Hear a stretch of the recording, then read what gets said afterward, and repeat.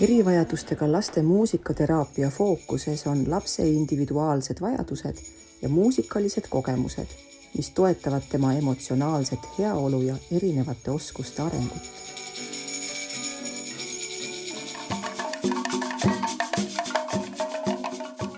Kui laps on valmis, võib muusikateraapia toimuda ka grupis, mis arendab sotsiaalseid oskusi, koostöövõimet ja teistega arvestamist. Grupiteraapia võib pakkuda jagatud muusikalisi kogemusi, mis tugevdavad lapse kuulamis- ja tähelepanemisoskusi. Rütmipillid võivad toetada ka liikumise ja kõne arengut, kuna rütmilised harjutused aitavad ajumotoorseid ja keelelisi piirkondi omavahel paremini koordineerida.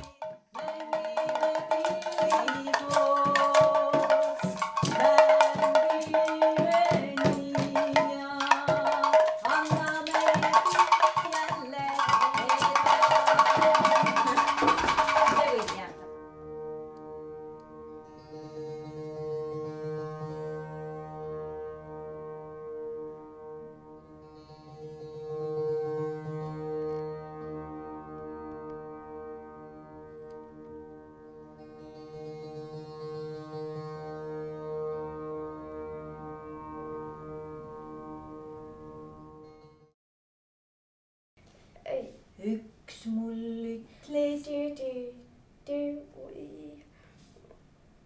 üks mul ütles.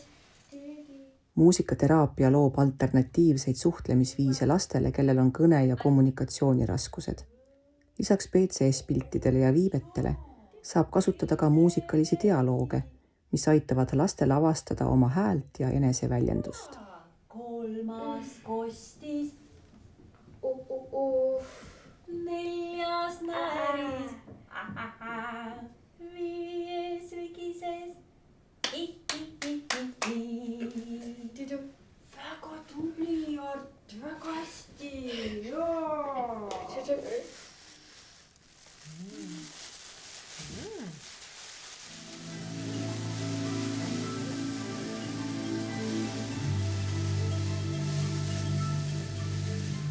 Muusikateraapia aitab lastel, kellel on sensoorse töötlemise eripärad, reguleerida tunnetuslikke kogemusi ja kehatunnetust.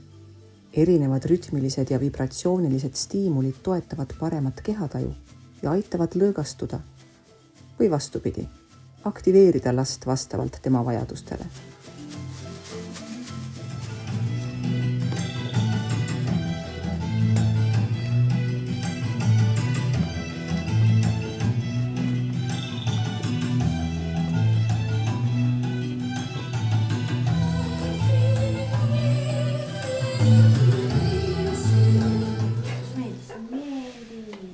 Oli mõnus, tõesti mõnus. Erinevate pillide kasutamine aitab kaasa peen- ja jämemotoorika arengul, samuti toetab keskendumist ja loob fookust.